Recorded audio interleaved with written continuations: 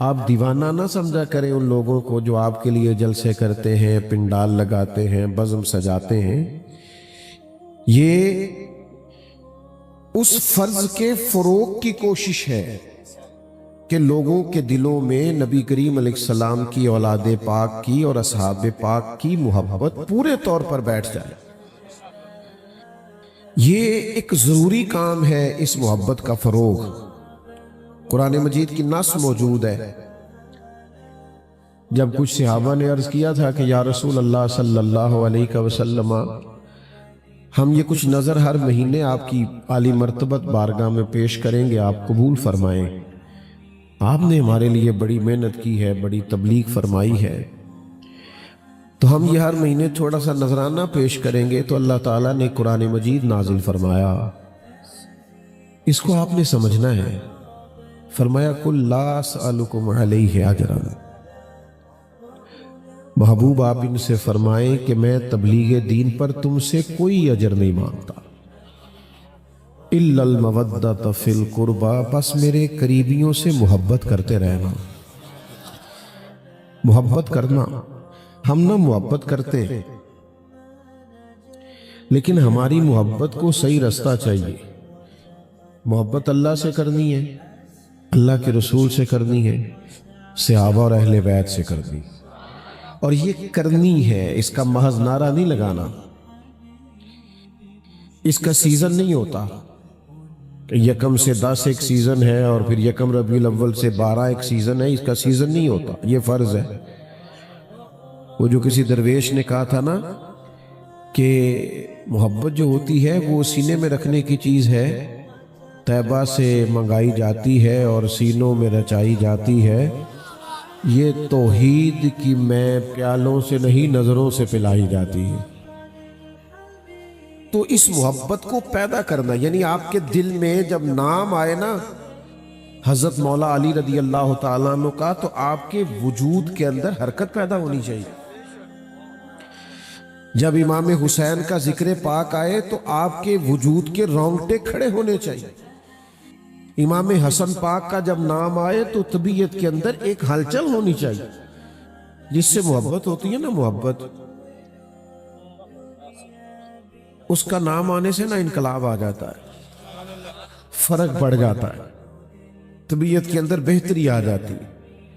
کوئی آدمی اپنے محبوب سے بچھڑ گیا تھا، عارف رومی نے لکھا ہے، تو پتہ بھی نہیں چلتا تھا اس کا محبوب کہاں رہتا ہے، تو بڑی دوائیں شوائیں کھلائیں، بڑا کچھ کیا، تو پھر ایک حکیم بھی تھے اور عارف بھی تھے، ان کو بلایا تو بلا کے کہا یہ تو بے ہوش ہو گیا ہے، تو سمجھ نہیں آ رہی کیسے بیدار کریں۔ تو اس نے کہا کہ کوئی شخص ہے جس سے یہ بچھڑ گیا، سمجھ بھی نہیں آ رہی، اس نے بتایا بھی کسی کو نہیں، تو وہ کیا اس پر کیفیت ہے، ڈھونڈے بھی کیسے، تو پتہ بھی کیسے چلے، تو ہوش بھی نہیں۔ تو عارف رومی کہتے ہیں وہ درویش جو بڑے حکیموں کے بعد آیا، اس نے کہا میرے پاس نسخہ ہے۔ اس نے کہا نسخہ دیں آپ، تو اس نے کہا کہ سارے ملکوں کے نام اس کے سامنے لو۔ جتنے ملکوں کے نام یاد تھے وہ لیے، پھر وہ والا ملک بھی آ گیا، تو ذرا تھوڑی سی اس کی آنکھوں میں حرکت پیدا ہوئی۔ اس نے کہا بس چلو ایک رستہ تو مل گیا ہے نا۔ تو اس نے کہا اب اس میں جتنے شہر ہیں شہروں کے نام لو۔ تو جب وہ والا شہر آیا نا، جنوں ویکھ کے ٹھر دیاں اکھیاں نے تے جنوں ویکھ کے ٹھر دا سینہ ہے، ربا تیری ساری خدائی چیکی تے شہر مدینہ ہے۔ وہ جب اس شہر کا نام آیا تو اب نا وہ تھوڑا اور ہلچل پیدا ہوئی، تو اب شہر کے محلوں کے نام لو، تو محلوں کے نام لیے، تو محلوں میں رہنے والے بندوں کے نام لو، تو گنی چنی آبادی ہوتی تھی۔ تو جب نام اس کا آ گیا تو وہ کانوں سے کیا ٹکرایا، بندہ اٹھ کے بیٹھ گیا۔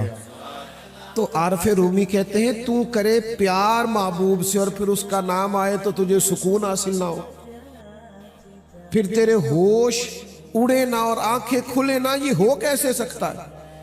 پیار ہوا اہل بیت نبوت سے اور مولا علی کے نام پہ دل نہ تڑپے، سیدہ پاک کے نام پر آنکھیں حیا سے جھک نہ جائیں، اور حسنین کریمین کے نام پر وجود میں تڑپ پیدا نہ ہو. میں ذمہ داری سے کہتا ہوں دعویٰ شعبہ ہمارا ڈھیر سارا ہے محبت کا، لیکن کچھ نظر سی لگ گئی ہے اللہ ماشاءاللہ. یہ نہیں میں کہہ سکتا محبت ختم ہوئی ہے، لیکن وہ جو خاص جذبات تھے، وہ جو خاص حسن تھا، وہ جو خاص ایک قسم کی رعنائی تھی، وہ اب ہمیں وہ رمق نہیں نظر آتی. وہ پیدا کرنی ہے ہمیں. وہ دیکھو بہت سارے لوگ دولت سے پیار کرتے ہیں. آپ نے ماننا نہیں چونکہ لوگ مانتے نہیں، ماننا چاہیے بھی نہیں، پتہ لگ جاتا ہے پھر. لیکن بہت سارے لوگ دولت سے پیار ہے. میں ویسے کچھ ایسے لوگوں کو جانتا ہوں کہ ان کی جیب میں پیسے ہوں تو ان کی صحت بھی ٹھیک رہتی ہے. آپ کی نہیں بات کر رہا، میں نے تو کہا کچھ لوگ ہیں اور ان کے جیب میں پیسے نہ ہوں تو ان کی صحت بھی خراب رہتی ہے. میں کچھ ایسے لوگوں کو بھی جانتا ہوں کہ ان کی 2-3 تعریفیں کر دیں رات کو تو ان کو نیند صحیح آ جاتی ہے. انہیں شہرت سے پیار ہو گیا. عارف رومی فرماتے ہیں بیٹا سٹیج پہ تو منع ہے، اعلان کیا تھا، چھوڑ دیں آپ بات سنیں. حضرت سعدی فرماتے ہیں کہ لکڑی کو دیمک کھا جاتی ہے اور بڑے لوگوں کو خوشامد کھا جاتی ہے. یہ بیماری لگ جاتی. 2-4 تعریفیں نہ کریں تو بعض لوگوں کو نیند نہیں آتی. شہرت سے پیار ہو جاتا ہے. یہ تصویروں کا مسئلہ اتنا پریشانی کیوں کرتا ہے لوگوں کو؟ آج ڈھیر سارے لوگ ہیں بیچارے اپنی فوٹو ہی موبائل پہ لگا کے سارا دن اپنے آپ کو دیکھتے رہتے ہیں. خدا مجھے ایسی خدائی نہ دے کہ اپنے سوا کچھ دکھائی نہ دے. وہ کہاں بھائی الجھ گئے ہو؟ آپ کو پتہ یہ شہرت کی محبت، یہ دولت کی محبت، اقتدار کی محبت، یہ نقصان کتنا زیادہ کرتی ہے. کچھ چیزیں مضر صحت ہوتی ہیں نا، کہتے ہیں فلاں چیز بڑا نقصان کرتی ہے. یہ شہرت کی محبت، دولت کی محبت، یہ کتنا نقصان کرتی ہے. سنو حدیث پاک. اللہ کے حبیب علیہ السلام نے فرمایا 2 بھوکے بھیڑیے بکریوں کے ریوڑ میں کھلے چھوڑ دیے جائیں. بھیڑیا ویسے ہی خطرناک اور پھر بھوکا، اور پھر یہ کہ اسے منع کرنے والا بھی کوئی نہیں، کھلا چھوڑ دیا گیا. فرمایا 2 بھوکے بھیڑیے بکریوں کے ریوڑ میں کھلے چھوڑ دیے جائیں، وہ اتنا نقصان نہیں کرتے جتنی دولت اور شہرت کی محبت انسان کے دل کا نقصان کرتی. لوگ اندر سے اجڑ جاتے ہیں پوری طور پر، انہیں خبر ہی نہیں ہوتی. روح بے آباد ہو جاتی، اندر ویرانہ آ جاتا ہے. پوچھتے پھرتے ہیں میں بور بڑا رہتا ہوں، سارا کچھ ہے، سکون کوئی نہیں. وہ بھائی سکون تو تب آئے گا نا جب تیری روح کو وہ خوراک ملے گی جس کی ضرورت ہے. تو محبت سے کرتا پھرتا ہے، دولت سے، شہرت سے، اقتدار سے، عہدے سے، اپنے آپ سے. تجھے حکم تھا کہ پیار کر مدینے والے محبوب سے اور ان کی نسبتوں سے پیار کر سیدنا صدیق اکبر سے، حضرت فاروق اعظم سے، سرکار عثمان غنی سے، اور مولا علی شیر خدا سے، اور حسنین کریمین سے.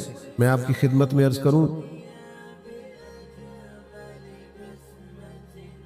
بڑا ہی پاکیزہ جذبہ ہے حضور کی اولاد سے پیار کرنا. جو محسن ہوتے ہیں نا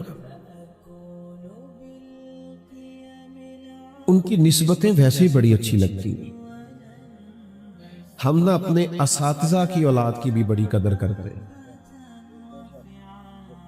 ہم اپنے مشائخ کی اولادوں کی بھی قدر کرتے ہیں. کیوں؟ کہ ہمیں کسی درویش نے کہا تھا کہ اصلاں نال جے نیکی کریے تے وہ نسلاں تاک نہیں بھول دے. کسی اصل سے نیکی کرو تو وہ گھر بھی بتا کے جاتا ہے کہ فلانا میرا محسن ہے، اس کا خیال رکھنا. تو جس استاد نے 2-4 جملے کہنے، سننے، لکھنے کے قابل کیا ہونا، بھائی اس کی اولاد کی قدر کرنے کو بھی دل کرتا ہے. تو جو استاد، پیر اور مرشد کی اولاد کا قدر ہے تو دل پہ ہاتھ رکھ کے بتانا مدینے والے کی اولاد کا کتنا قدر، ان کا کتنا اکرام ہے. اور پھر کبھی کبھی نا حضور نے اس محبت کو اس طرح بیان کیا، اس طرح بیان کیا ہے کہ ان جملوں پہ مر جانے کو جی چاہتا ہے. اتنی وارفتگی سے، اس قدر زیادہ حسن سے، محبوب کی تو ہر بات ہی کیا بات ہے، لیکن ذرا یہ انداز دیکھنا بات کرنے کا۔ کریم فرمانے لگے اللہ سے محبت کرو تمہیں رزق دیتا ہے، اور مجھ سے محبت کرو میں اللہ کا رسول ہوں۔ اور فرمایا میری اہل بیت سے محبت کرو کیونکہ میری اولاد ہے، میری اولاد ہے۔ اصلاں نال جے نیکی کریے نسلاں تاک نہیں پھل دے، ہاں بے اصلاں نال نیکی کریے تے پھل کنڈیاں نال تول دے۔ یہاں ایک جگہ پہ کہا بے اصلاں نال نیکی کریے تے الٹیاں چالا چل دے، وہ اور کہانی بنانی شروع کر دیتے، اور کہانی۔ یاد رکھ میرے عزیز، حضور کی اولاد سے پیار کرے۔ کبھی کبھی نا آپ کا دل چاہے جا کے آپ مولانا سے فرمائش کریں کہ آج کوئی اور بات نہیں ہونی چاہیے، آج مجھے امام حسین کے فضائل سنائے۔ کبھی آپ کے اندر سے آواز آئے کہ آج کوئی امام حسن کی فضیلت میں بات کریں۔ اپنی بیٹی سے آپ کہیں، گھر والوں سے کہیں کہ حضور کی چاروں شہزادیوں کا ذکر آج چھیڑو، ان کی بات کرو، ازواج مطہرات کا تذکرہ گھروں میں ہو۔ لیکن کیا کریں، ہم تو سوشل میڈیا کی پوسٹ لگا کے بری ہو جاتے ہیں، فارغ ہو گئے، ساری عقیدتیں اسی میں آ گئی۔ وہ جو ایک خاص رنگ تھا، وہ ایک ضبط تھا۔ میرا بڑے سادے سے گھرانے سے تعلق ہے، تو والد صاحب نا بڑی عید کے لیے چاول لے کے آئے گھر میں، تو وہ پتہ نہیں دیہاتی مزاج کو، اب تو خیر دیہاتوں والے بھی نہیں مانتے ہم دیہاتی ہیں، پر میں بھئی ہوں دیہاتی، تو مجھے آپ 2-4 دفعہ کہیں گے تو مجھے خوشی ہوگی کہ بڑا پینڈو ہے۔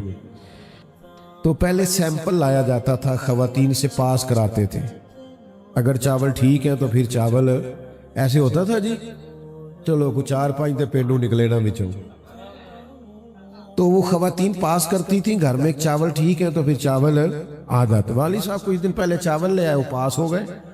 اماں جی نے کہا بڑے مزیدار ہیں، خوشبو بھی اچھی ہے اور پھول بھی بڑے گئے ہیں پاک کے، اور کمال ہے۔ تو وہ چاول جو تھے وہ 1-2 بوری آ گئے، تو وہ عید پہ 1-8 دفعہ پکے، اس کے بعد وہ جو پرانے گھر میں پڑے تھے وہ پکنے لگ گئے۔ تو 1-2 دفعہ پکے تو ابا جی کہنے لگے کہ وہ چاول کتنے نہیں جڑے میں عید تے لے آیا سا، وہ کتنے گیا سانو پھر پرانے دینے شروع کرتے ہیں۔ تو پرانے لوگ، مکان کچے تو عقیدے پکے، تعلیم تھوڑی پر نظریہ پختہ۔ میری والدہ صاحبہ کہنے لگی وہ چول بڑے سونے سن، میں رکھ چھڑے نے 10 محرم نو امام حسین دی نیاز پکاؤں۔ وہ حضور کی اولاد پاک کے نام پر ہم وہ ایسے نہیں کہ وہاں سے لے لینا کچھ چاول اور پکا لینا، نیاز تو دے دیا میں نے 2000 کا۔ وہ جو اچھے چاول، وہ جب امام علی مقام کے لیے دیگے پکائیں گے نا، او بھائیو عقیدتیں سیکھو، محبتیں سیکھو۔ کاش میری ملت کا جوان امام حسین سے پیار کرے، امام حسن سے ٹوٹ کر زندگی بھر پیار کرے، تو امام حسن اور حسین سے پیار کر کے دیکھ۔ زندگی میں اگر تجھے کبھی ٹینشن آئی، ڈپریشن آیا تو بتانا، تجھے پتہ چلے گا میدان کربلا میں سارے دکھوں سمیت جو ڈٹ کے کھڑے رہے، جب وہ میرے آئیڈیل ہے تو میں نے کیوں گھبرانا ہے۔ تو آپ سب سے پہلے تو یہ محبتیں اپنے دلوں میں پیدا کریں، اور اس عقیدت کا اپنے دل کے اندر آپ جذبہ لائیں۔ اور پھر یہ بھی یاد رکھو، کبھی کبھی حضور نے آنسوؤں کے اندر لپیٹ کے ہمیں درس دیا ہے اہل بیت کی محبت۔ حضرت عثمان غنی رضی اللہ تعالیٰ عنہ فرماتے نبی کریم نے امام حسن اور حسین کو سینے سے لگایا اور آنکھوں میں آنسو تھے۔ بندہ روز ہی اولاد کے لیے دعا کرتا ہے، لیکن کبھی بیمار ہو تو پھر رو کے کرتا ہے، کبھی سفر پہ جا رہا ہو تو رو کے کرتا ہے۔ آج سرور کائنات علیہ السلام نے دونوں نواسوں کو اپنے مبارک سینے سے لگا کے اللہ کی بارگاہ میں عرض کی، اے اللہ میں ان دونوں سے محبت کرتا ہوں، تو بھی ان سے محبت فرما۔ اور پھر عرض کرنے لگے اللہ کی بارگاہ میں، پیارے حبیب کہ اے اللہ جو جو میرے حسنین سے محبت کرے تو ان سب سے بھی محبت فرما۔ تو یہ کتنا بڑا قرب ہے، حضور نے یہ محبت سکھائی، ہمیں اپنے دل میں یہ محبت پیدا کرنی ہے۔ آج سے 70-75 سال پہلے کسی سے پوچھتے نا نام کیا، کہتا تھا غلام سہیل۔ کنے رکھے؟ کہتا دادے نے۔ تو میرا دل کرتا اس دادے کو سلام کروں جس کو پوتا پیدا ہوتے ہی خیال آیا تھا کہ حسین کا غلام ہونا چاہیے، اس نے غلام حسین نام رکھ دیا۔ اسے پہلے دن ہی خیال آیا کہ یہ امام علی مقام کا غلام ہونا چاہیے، پہلے تو یہ پیار پیدا کرو۔ اور دوسری بات یہ ہے کہ یہ دور جس دور میں ہم رہ رہے ہیں نا، یہ شرارتیں، سازشیں، فتنے، اس میں نا لوگ خبروں میں بڑا رہتے ہیں۔ اور آج کل آپ کو پتہ ہے ہر بندہ صحافی ہے، سب کے پاس موبائل ہے، ساری خبریں نشر کرتے ہیں۔ تو خبروں میں لوگ رہتے ہیں، وہ کیا کریں گے؟ وہ بازو چڑھا کے کہیں گے میں بتاؤں گا اہل بیت کی شان کیا ہے۔ او بھائی آپ کیا بتائیں گے؟ وہ تو اللہ نے قرآن میں بتا دی ہے، وہ تو حدیث میں موجود ہے، آپ پڑھیں اور بیان کریں۔ آپ مشاجرات کو چھیڑ رہے ہیں جن کے فیصلے ہو چکے صدیوں پہلے۔ قرآن مجید کی نص موجود ہے کہ اشداء علی الکفار رحماء بینہم، وہ کافروں پر سخت تھے، آپس میں تو بڑے مہربان تھے۔ تو آپ مشاجرات کو چھیڑ رہے ہیں قوم کو الجھانے کے لیے۔ سنو اور یاد رکھنا، یہ کہیں باہر سے نہیں آئی حب اہل بیت، نبی کریم کے اہل بیت اطہار کا احترام، پیار، عقیدت، محبت ہمیں جتنی سیکھنے کو ملی ہے یہ رسول پاک کے صحابہ نے سکھائی ہے، یہ ہمیں ملی وہاں سے، یہ سکھائی۔ تم نے کہاں سے روایات پڑھی ہے؟ تم تک کہاں سے پہنچی؟ یہ صحابہ ہی تھے روایت کرنے والے۔ تم صرف خبروں میں رہنے کے لیے اور مجھ سے کوئی ناراض نہ ہو جائے تو داد اور امداد حاصل کرنے کے لیے تم قوم کے نوجوانوں کے ذہنوں میں فتنے ڈالتے ہو اور آزمائش برپا کرتے ہو۔ میں آپ کی خدمت میں ایک بات عرض کروں، یہاں ماشاءاللہ بڑے بزرگ علماء بیٹھے ہیں، اساتذہ بیٹھے، کوئی بھی حدیث جب آپ تک پہنچتی ہے تو پہلے راوی کا نام لیا جاتا ہے، ایسے ہی ہے۔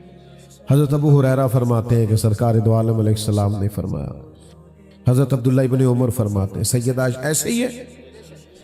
تو اگر راوی مشکوک کر دیا جائے، معاذ اللہ، نہیں سمجھ آئی، راوی مشکوک ہو جائے تو روایت ٹھیک رہے گی؟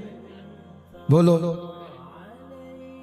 تو جن صحابہ کو تم مشکوک کر رہے ہو سارا دین انہوں نے روایت کر کے پہنچایا ہے، تو دراصل تم چاہتے یہ ہو کہ دین مشکوک ہو جائے۔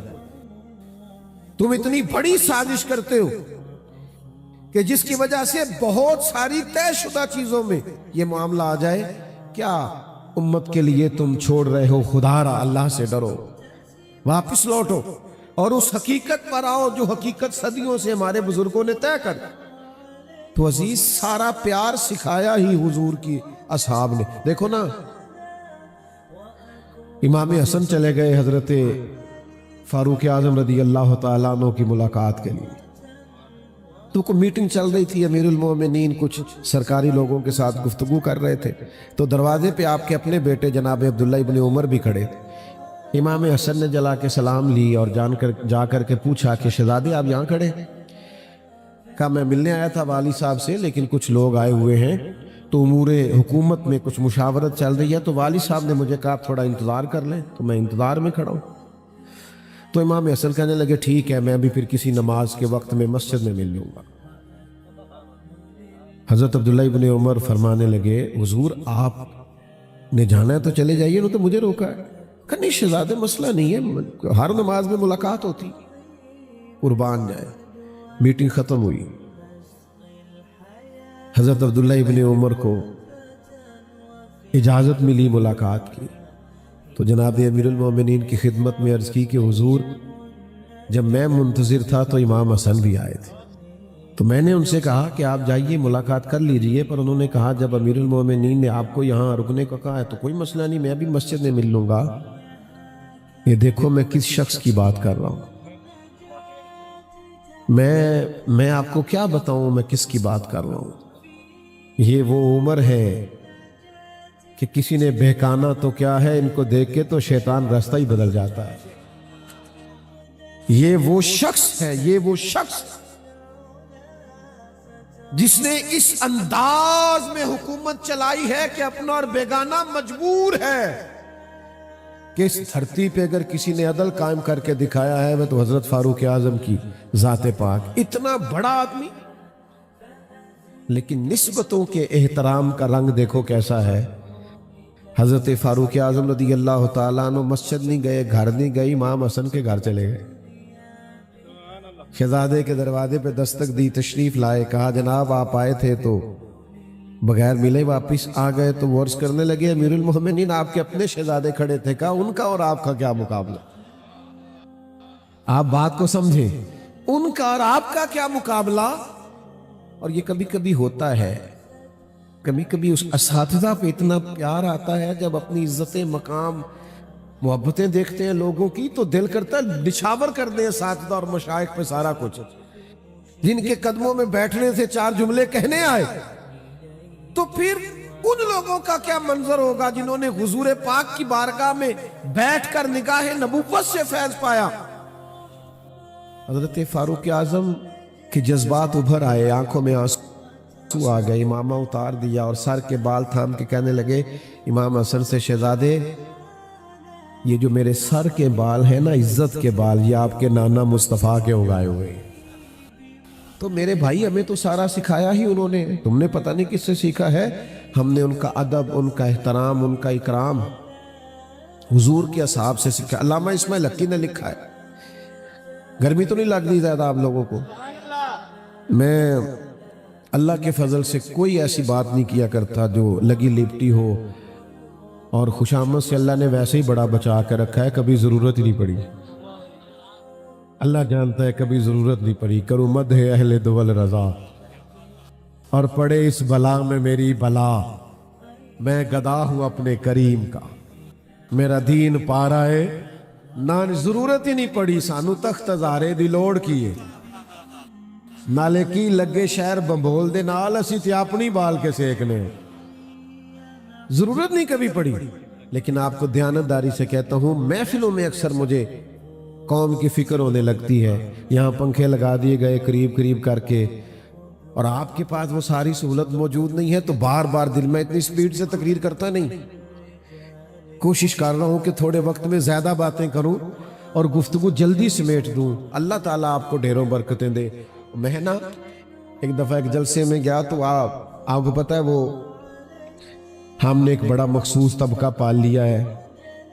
اللہ تعالیٰ معاف کرے، اللہ عزت دے دیتا ہے تو میری طرح کے لوگ سمجھتے ہیں شاید کو میرا ذاتی کمال ہے، تو وہ چکر میں پڑ جاتے ہیں. تو ایک نقیب صاحب تھے ایک جلسے میں، تو وہ بار بار نا قوم کو، اچھے لوگ بھی ہیں اس فیلڈ میں، بار بار تسی بڑے بے ذوق ہو، تسی سبحان اللہ نہیں کہیں دے، تسی فلان نہیں کر دے، تسی ہاتھ نہیں کھڑے کر دے. مصیبت ہے نا جی کچھ لوگوں کو.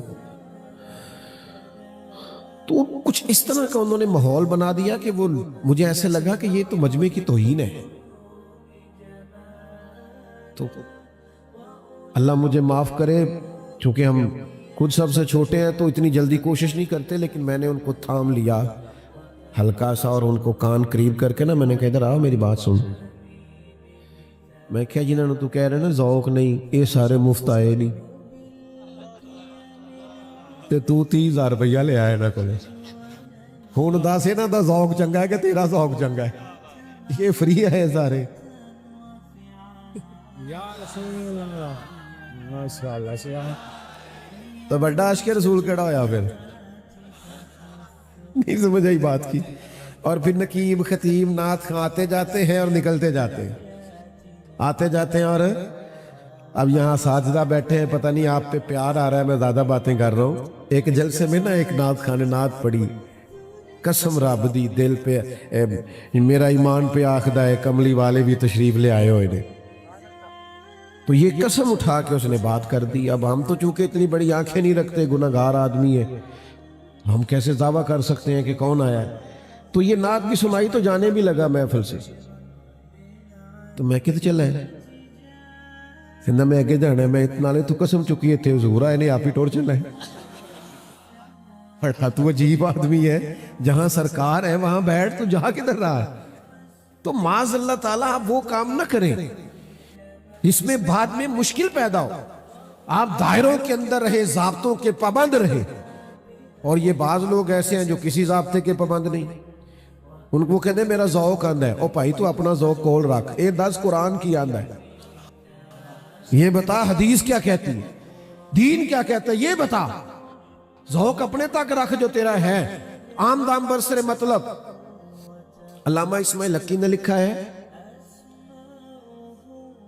کہ ایک مقام پہ نا اللہ کے حبیب علیہ السلام تشریف فرما ہے، اور وہ جگہ ایسی ہے کہ صحابہ آ کے بیٹھے تو جگہ فل ہو گئی، مزید کسی کی گنجائش نہیں، بظاہر بھرا ہوا ہے سارا حال۔ میری طرف توجہ کریں، سارا حال بھرا ہوا ہے۔ تو اچانک نہ محفل میں مولا علی شیر خدا آ گئے۔ ہر صحابی اٹھ کے جگہ دینا چاہتا ہے، سب کو پتہ ہے ان کی محبت ایمان ہے، ان کا بغض نفاق ہے، سب جگہ دینا چاہتے تھے، لیکن سب سے پہلے وہی اٹھے جن کا نمبر پہلا ہے، حضرت ابو بکر صدیق۔ فوراً اٹھے، اپنی جگہ چھوڑی، حضرت مولا مرتضیٰ شیر خدا کا بازو مبارک تھاما، اپنی جگہ پہ لا کے بٹھایا۔ کچھ لوگ بڑے سیانے ہوتے ہیں، باتیں زیادہ نہیں کرتے، عمل زیادہ کرتے ہیں۔ حضرت صدیق اکبر ایسے لوگوں کے امام ہیں، بٹھا کے تو خود جا کے حضرت صدیق اکبر ایک کونے میں بیٹھ گئے۔ کسی نے کیا تبصرہ کرنا تھا، مدینے والے محبوب بولے، حضور فرمانے لگے دیکھا تم نے میرے ابو بکر نے کیا کیا ہے؟ اور پھر حضور فرمانے لگے کوئی عزت والا ہی کسی کو عزت دیا کرتا۔ تو ان کا پیار ہمیں سکھایا ہی صحابہ نے۔ تیسری بات، چند باتیں اس پر سنیں اور میں ختم کروں۔ اتنا بڑا مجمع ہے، میں کوئی ماہر نفسیات تو نہیں، لیکن میں یہ بات دعوے سے کہہ سکتا ہوں کہ اگر کوئی بندہ گھر کی کوئی پریشانی لے کے بیٹھا ہے نا یہاں، تو وہ محفل میں پوری طور پہ حاضر نہیں۔ یہ گھروں کے مسائل اتنے گھمبیر ہوتے ہیں کہ جتنا مرضی بندہ بڑا ہو نا، وہ کسی بھی مجمع میں چلا جائے، اس کا ذہن گھر میں ہوتا ہے، یار یہ مسئلہ بنا ہوا ہے، یہ پریشانی بنی ہوئی، جس سے بھی ملے گا یہی دعا کرائے گا۔ او جی بچہ نہیں بات مانتا، دعا کر دیں، بچہ پڑھتا نہیں، دعا کر دیں، بچے کو نوکری نہیں ملتی، الجھا رہتا ہے۔ جو لوگ اپنے گھروں میں مضبوط ہوتے ہیں نا، گھر بہترین ہو جاتا ہے، بچے سنور جاتے ہیں، گھر کا ماحول ٹھیک ہو جاتا ہے، وہ باہر بھی بڑے بڑے کارنامے سر انجام دے لیتے ہیں۔ لیکن جو گھر کے اندر بیچارے مجبور اور پریشان ہو جاتے ہیں، وہ باہر بھی کوئی بڑا کام کر سکتے۔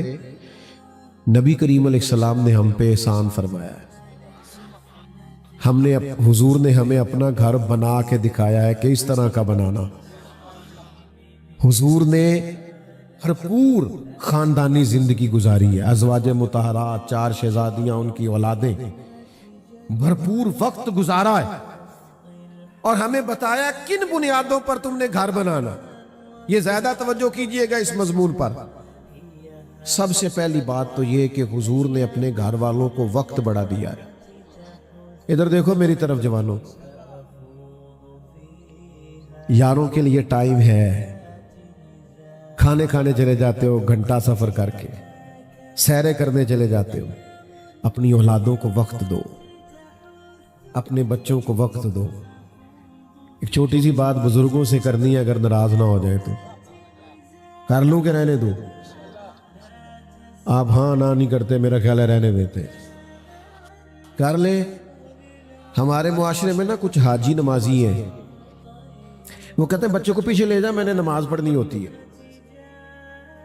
چھوٹا بچہ پیچھے لے جائیں، میں تو ان پہلا کیا سی تسی ناراض نہیں ہونا۔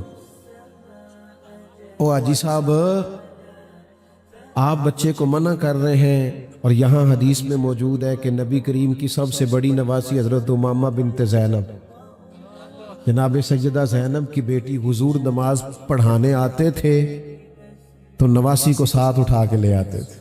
آپ نے بارہا نہیں سنا کہ شہزادے حضور کے مبارک کندھوں پہ حالت نماز میں چڑھ جاتے تھے؟